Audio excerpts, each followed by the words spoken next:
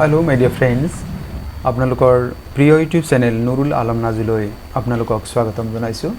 আজি আমি এই ভিডিঅ'টিত আসাম জেনেৰেল নলেজ বা অসম সম্পৰ্কীয় কিছু সাধাৰণ জ্ঞানৰ প্ৰশ্ন আলোচনা কৰিম আৰু এই প্ৰশ্নসমূহ director of health service examination বা গ্ৰেড 3 আৰু গ্ৰেড 4 ৰ যিকোনো এক্সামিনেশ্যন বা Assam state direct recruitment exam এই ধৰণৰ পৰীক্ষাৰ বাবে বৰকৈ উপযোগী।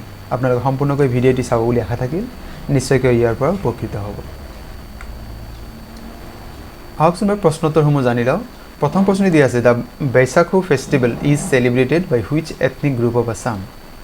বৈশাগুৰ নামৰ যিটো উৎসৱ আছে এইটো অসমৰ কোন জনগোষ্ঠীৰ লোকে বা কোন জনজাতিৰ লোকে পালন কৰে।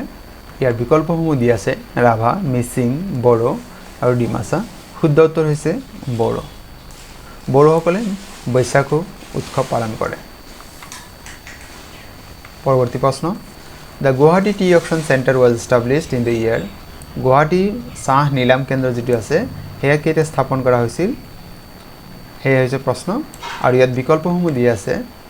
ইয়াৰ শুদ্ধ বিকল্পটি হৈছে 1970 1970 চন। আৰু 1970 চনৰ 25 ছেপ্টেম্বৰ তাৰিখে গুৱাহাটী টি অকশ্যন চেণ্টাৰ স্থাপন কৰা হৈছিল।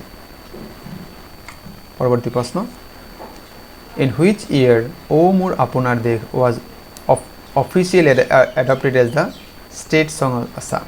O Mor Apunar Desh Lakshminath Bezbaroa ৰচিত এই গীতটি কেতিয়া অসম সংগীত হিচাপে অফিচিয়েলি স্বীকৃতি লাভ কৰিছিল বা গ্ৰহণ কৰা হৈছিল।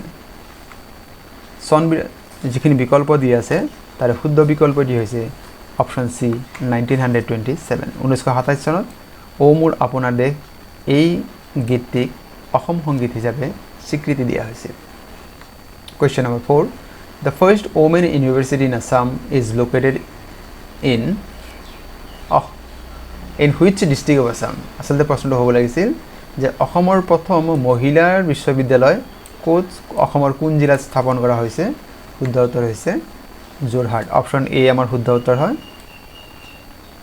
2013 চনত এই বিশ্ববিদ্যালয়টি স্থাপন কৰা হৈছিল আৰু ইয়াৰ নাম হৈছে আসাম ওমেন্স ইউনিভাৰ্চিটি। পৰৱৰ্তী প্ৰশ্ন, Sobha Brahma a renowned person from Assam is associated with. অসমৰ এজন প্ৰখ্যাত ব্যক্তি শোভা ব্ৰহ্ম তেখেতে কিহৰ লগত জড়িত। বিকল্পসমূহ দিয়া আছে sports, journalism, fine art, music. শুদ্ধ উত্তৰটি হৈছে ফাইন আৰ্ট। অপশ্যন চি শুদ্ধ উত্তৰ। Question 6, how many assembly seats are reserved for ST in Assam Legislative Assembly?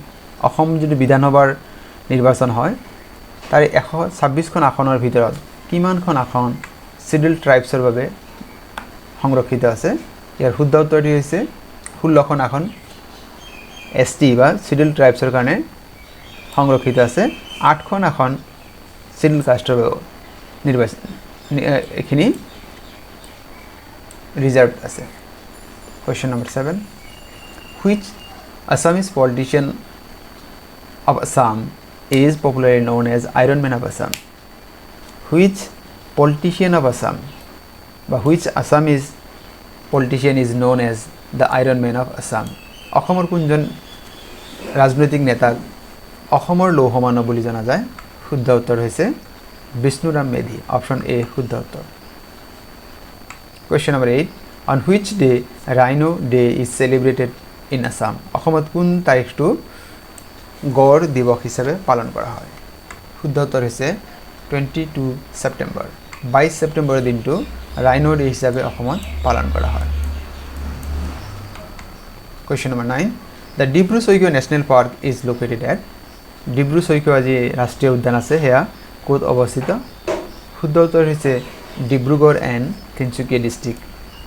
Option C আমাৰ শুদ্ধ উত্তৰ। Question number 10, which is the largest district of Assam in terms of population as per 2011 census. 2011 চনৰ লোকপিয়ল মতে অসমৰ কোন জিলা জনসংখ্যাৰ ফালৰ পৰা বৃহত্তম হয়। আৰু ইয়াৰ শুদ্ধ উত্তৰটো হৈছে Nagaon district.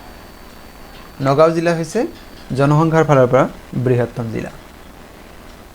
Question number 11, Which is the highest mountain ranges in Assam?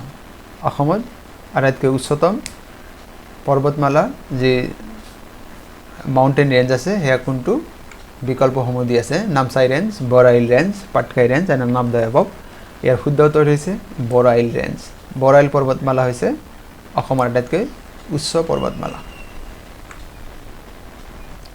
Question number 12 Which of the following was formally declared as a new district of Assam on 12th of January 2021 2021 চনৰ 12 জানুৱাৰী তাৰিখে নিম্নলিখিত কোনটো অসমৰ নতুন জিলা হিচাপে স্বীকৃতি দিয়া হয় তামুলপুৰ মাজুলী বিলাসীপাৰা এণ্ড বজালী আৰু ইয়াৰ শুদ্ধ উত্তৰটো হৈছে অপশ্যন ডি বজালী বজালীয়ে 2021 চনৰ 12 জানুৱাৰী তাৰিখে নতুন জিলা হিচাপে স্বীকৃতি লাভ কৰে আৰু বজালী হৈছে অসমৰ 34 নং জিলা 34 নম্বৰ জিলা হৈছে বজালী আৰু 35 নম্বৰ 35 অসমৰ যিটো একেবাৰে শেষত যিটো জিলা হিচাপে স্বীকৃতি লাভ কৰিছে হৈছে তামুলপুৰ হৈছে 35th বা 35 নম্বৰ জিলা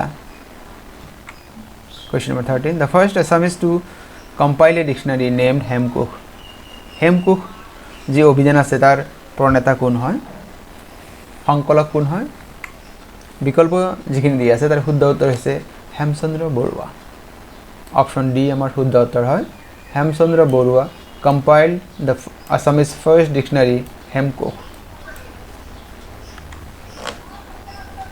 Question number 14 Who wrote the book Bhakti Ratnavali গ্ৰন্থখন কোনে ৰচনা কৰিছে বিকল্পসমূহ দিয়া আছে শ্ৰীমন্ত শংকৰদেৱ মাধৱদেৱ হেম সৰস্বতী এণ্ড মাধৱ কন্দলী শুদ্ধ উত্তৰ হৈছে মাধৱদেৱ wrote the book Bhakti Ratnavali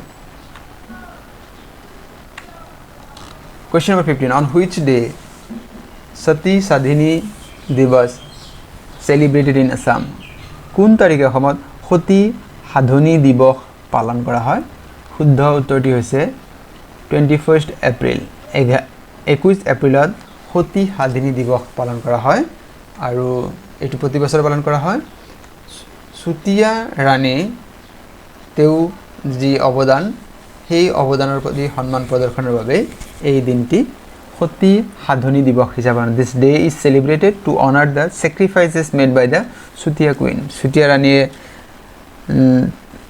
হেতেও ৰাজ্যৰ কাৰণে যি উৎসৰ্গা কৰিলে তে যিখিনি অৱদান তাৰ সন্মান প্ৰদৰ্শনৰ বাবে এই দিনটি পালন কৰা হয় 21 এপ্ৰিল মোৰ বন্ধু-বান্ধৱীসকল যদি আপুনি প্ৰথমবাৰৰ বাবে মোৰ চেনেলটি চাই আছে আৰু যদিহে ভাবিছে যে আপোনাৰ এই চেনেলৰ বিষয়বস্তু আপোনাক উপকাৰ সাধিছে তেন্তে চেনেলটি সাবস্ক্ৰাইব কৰিব বুলি আশা থাকিল আৰু কাষত থকা বেল আইকনটো প্ৰেছ কৰি দিলে পৰৱৰ্তী সময়ত মই যিমান ভিডিঅ' আপলোড কৰিম তাৰ নটিফিকেশ্যন পাই থাকিব আৰু আজিৰ এই ভিডিঅ'টি সম্পূৰ্ণকৈ চোৱাৰ বাবে আপোনালোকক অশেষ ধন্যবাদ